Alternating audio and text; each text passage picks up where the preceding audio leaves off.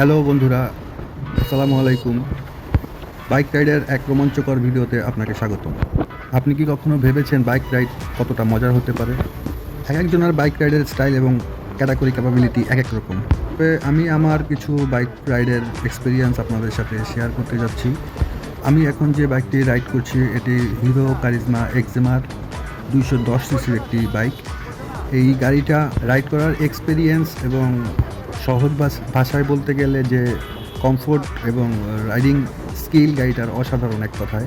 আমি যতদিন এই গাড়িটা রাইড করছি, আমার যত মোটরসাইকেল আমি এই পর্যন্ত ব্যবহার করেছি তার ভিতরে আমি এই গাড়িটাকে একদম এক কথায় বেস্ট বলবো।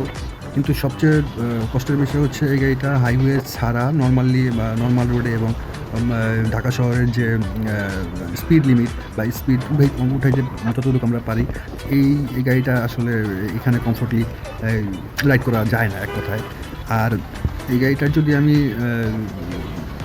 প্রপার যে আনন্দটা পাই সেটা হচ্ছে হাইওয়েতে, এবং এটা আমি এক কথায় বলবো এটা ট্যুরিস্ট একটা বাইক। তো বাইকের সব কিছু তো আর কমফোর্ট বা সব কিছু তো একটা বাইকের ভিতরে থাকবে না, বা সুবিধা অসুবিধা ভালো খারাপ সব কিছুর ভিতরেই আছে। তো এটার ভিতরে আছে ভালো খারাপ, এটা থাকবেই।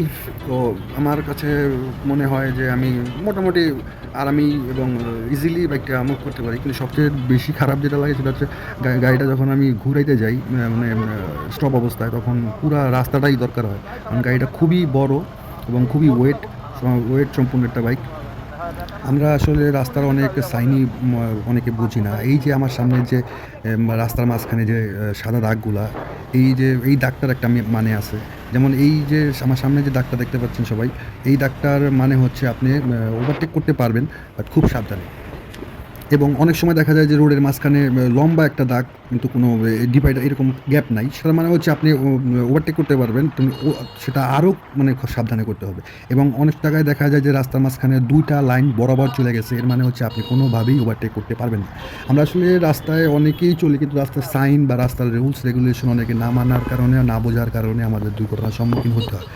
তো আশা করি আমার এই ভিডিওর মাধ্যমে বা সামনে আমার ভিডিওগুলোতে আপনার রোড সাইন এবং রোডের যে নিয়ম কানুন বা রোডের যে যেভাবে আসলে কতটুকু সম্ভব পাওয়া যায় সেই সম্পর্কে জানতে পারবেন, বা আমি আমার সাধ্যমতো চেষ্টা করব।